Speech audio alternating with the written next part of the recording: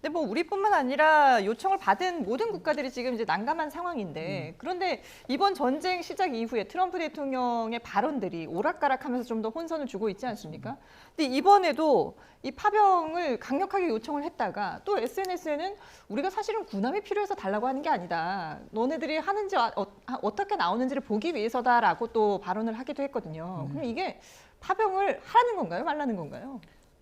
이제 간보기를 하는 거겠죠. 충성 경쟁을 이렇게 딱 이렇게 얘기를 하는 거고 지금 어찌됐건 그거는 맞는 말입니다. 그 군사력으로 갖고서는 더 필요한 건 아니거든요. 근데 이거는 아까 말씀드린 말대로 책임 전가, 책임 분담이 지금 큽니다. 그러니까 이 전쟁이 어떻게 보면 이란과 미국의 전쟁이었는데 아까 말씀드린 대로 이제 글로벌 유통망에 대한 분쟁이 돼버려서 참전을 하게 되면 이것은 다목적 군대 이란이 호르무즈 해협을 막기 때문에 우리가 이렇게 구성돼서 하는 거라고 해서 완전히 프레임이 바뀌어 버리거든요. 네. 아까 말씀드린 것처럼 첫 전쟁은 핵 위협이었습니다.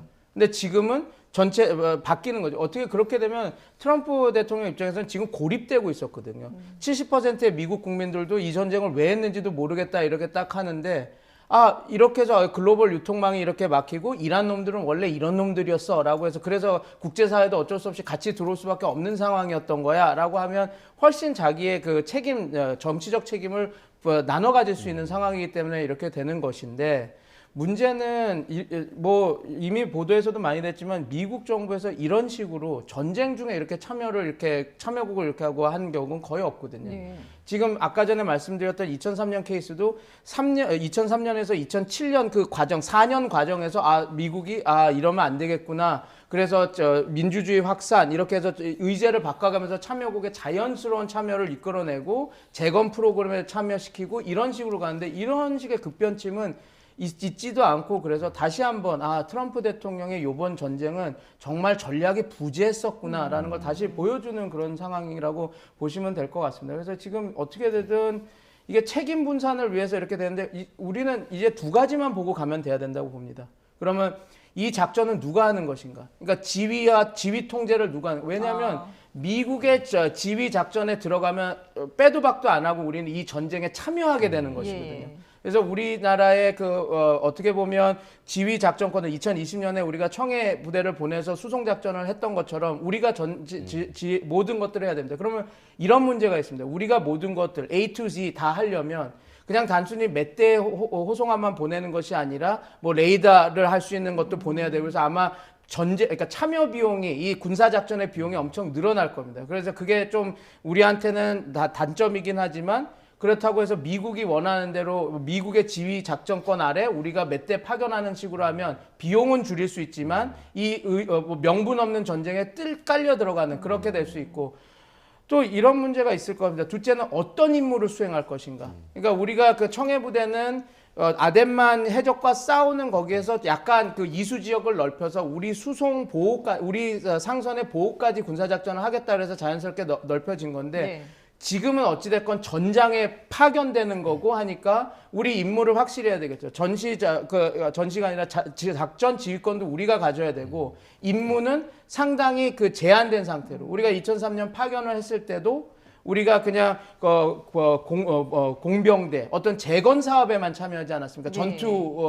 전투 인원보다는. 그래서 요번에도 만약에 지금 가장 중점적으로 봐야 될 것은 우리나라가 어떤 식으로 참전을 할 것인가. 그러니까 지휘권을 우리가 오롯이 가진 상태에서 우리가 독립권을 갖고 이렇게 할 것인가. 그리고 어떤 임무를 할 것인가가 가장 관건을 우리가 지켜봐야 될 것 같습니다. 트럼프 대통령이 요청하는 것은 저는 이렇게 생각합니다.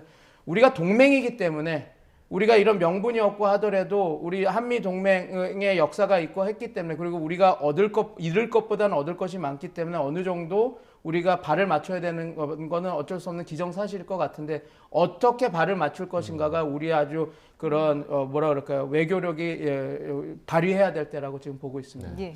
이 중대한 전쟁 상황 중에 그 다른 국가들의 반응을 보려고 이렇게 말을 하는 것 자체도 조금 황당한 일인 것 같기도 하고 그러면 그 해당 국가들이 지금 반응을 어떻게 하고 있는가 이 부분이 지금 트럼프 대통령의 예상대로 흘러가고 있지는 않은 것 같아요. 그렇죠. 어떻게 보고 계십니까? 전혀 뭐 예상대로 흘러가지 않고 있죠. 사실상 그 영국 같은 경우에는 한 일주일 정도 지났을 때 영국 총리가 우리도 군함을 보내겠다고 그랬어요. 그런데 트럼프 대통령이 이때 결정적인 말 실수를 합니다. 아니 우리의 위대했던 그 동맹이 어찌 우리가 전쟁 다 끝내려고 하는데 숟가락 얹으려고 하느냐 이런 식으로 얘기를 했어요. 예. 이게 필요 없다라고 얘기했단 말이죠. 그런데 지금 다시 와라고 그러는 거 아니에요. 예. 그러니까 영국이 이제는 이걸 뭐 영국 정부만 알면 모르는데 영국 국민들도 다 알고 있거든요. 그래서 야 이건 너무한 거 아니냐 그런 생각이 드는 거죠. 그래서 이거 가야 되나 말아야 되나 그런 고민하는 거고요. 예. 프랑스의 마크롱 대통령도 불과 일주일 전만 하더라도 지중해에 드골 함을 보내겠다고 그랬어요. 항공모함을. 예. 그런데 이제 다시 막상 요청을 하니까 전투 지역에 가는 것은 좀 고려해봐야 되겠다고 얘기를 하고 있거든요. 그것뿐만이 아니고 독일 같은 경우에도 이게 나토의 작전이면은 내가 보낼 텐데 나토의 작전이 아닌데 왜 보내느냐 이렇게 얘기하는 거고요. 그리고 이제 중국 같은 경우에는 아예 아니 불은 네가 질렀는데 내가 왜 가서 꺼야 되냐 이런 식으로 얘기를 하고 있거든요. 뭐 호주야 뭐 그렇게 해군력이 이렇게 굉장히 강한 나라가 아니라서 거기서 뭐 군함 보내고 안 보내고 하는 것은 큰 의미는 없다고 보는데 어찌됐든 지금 현재 나라들이 이제 이런 식으로 얘기를 하고 있는데요. 그러면은 왜 유럽 쪽에서 이런 식으로 이제 적극적으로 참여를 안 하느냐라고 이제 우리가 한번 생각해 봐야 되잖아요. 그러면 지난 한 1년 2개월 동안 한번 되돌아봅시다. 되돌아보면은 미국은 이제 한국, 일본을 포함해가지고 오히려 동맹이 우리를 더 많이 뜯어먹었다고 그러면서 중국과 러시아에 대한 어떤 통제, 강압, 뭐 관세 부과 뭐 그런 것보다는 오히려 동맹에 대해서 얼마만큼 더 뜯어낼 건가에 대해서 관심을 많이 가지고 굉장히 유럽을 괴롭혀 왔잖아요. 그다음에 두 번째, 그렇게 그 유럽에서 이 우크라이나에 대해서 지원해주고 해야 된다라고 얘기하면서도 그런데도 트럼프 대통령은 굉장히 여기에 대해서 소극적이었고 돈은 니들이 내라고 얘기할 정도로 얘기했잖아요. 예. 세 번째는 어떤 게 있었습니까? 그린란드 이거 편입해야 된다라고 내 영토다라고 그러고 웨스트 헤미시어피어가 어떠니 저쩌니 얘기를 하고 있는 거고 게다가 이제 최종적으로 이제 엊그제 얘기하는 거 보니까 나 나토 탈퇴할 수도 있다 그 얘기 하거든요.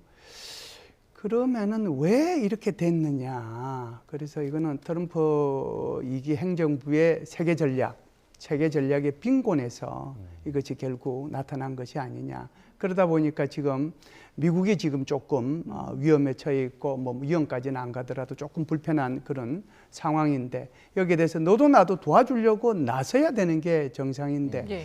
너도 나도 어떻게 하면은 여기서 빠질까. 그 생각만 하는 거예요. 결국은 이게 뜨거운 감자라고 하는 거죠. 아무도 손을 안 대려고 하는 예. 거죠. 그런 문제가 좀 있습니다. 예.